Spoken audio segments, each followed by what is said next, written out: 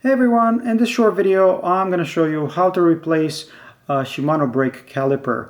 You would do this when you have a bad one or a leaky caliper, when the ceramic pistons are cracked, or when you want to replace a 2-piston caliper like the ones you see over here with the 4-piston version that Shimano produces. You would get about 20% more braking power just by replacing the caliper with the 4-pot one.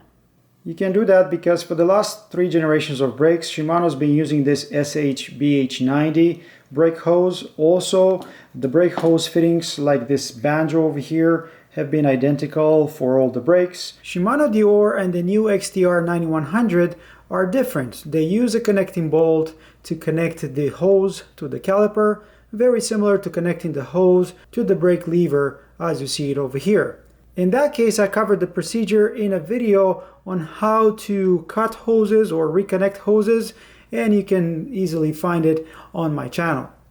Step 1 is remove your brake pads as they will get contaminated by the brake fluid. Line up the bike so your caliper will be at a higher point compared to the brake lever. Also, you might want to remove the rear wheel. Using a 4mm Allen key, just loosen up that Banjo bolt all the way.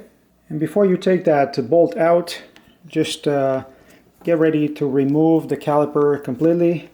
Remove the bolt and tilt over the caliper to prevent oil spills.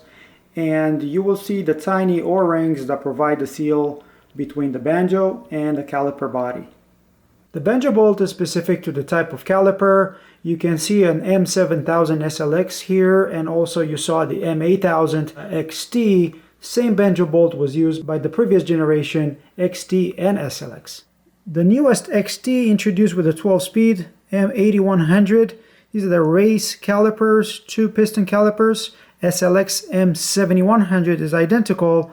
They've been redesigned, and now the Banjo attaches here to the inside of the caliper. The Banjo is painted black, but other than that is identical with the old one.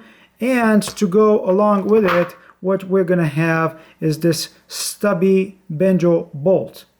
Aside from the Banjo color, the hose is the same, the BH90. Also, when you buy brake hoses, they will come with different hose lengths. And you can see they include at least a Banjo bolt, then you have the O-rings and everything you need to connect this to the caliper that is specified usually here. However, as you know from here, you can buy whichever brake hose is cheaper, and just make sure that you have the proper Banjo bolt for your type of caliper. With an O-ring on each side of the Banjo, you are ready to install your new caliper. Just start it by hand and then continue on with your 4mm. Just tighten it snug for now. Then replace your caliper bolts. And now you're ready to adjust the angle of your Banjo again and tighten this bolt to 8 to 10 Newton meters if it's a 4mm hex, or 5 to 7 Newton meters if this was a 3mm hex. If you don't have a Torx wrench, just tighten this snug. There's no need to over tighten this bolt. Clean up the spilled oil with a bit of alcohol and you will be pretty much ready to bleed the brakes. You have to do that because you've introduced quite a bit of air right here on the caliper, but I'm going to leave that for another video. And that is pretty much it for today, folks. If you have any questions, let me know below. If you like this video, don't forget to like and subscribe. I will put a lot of links in the description of the video. And until next time, I will see you folks on the trails. Cheers, guys. Cheers.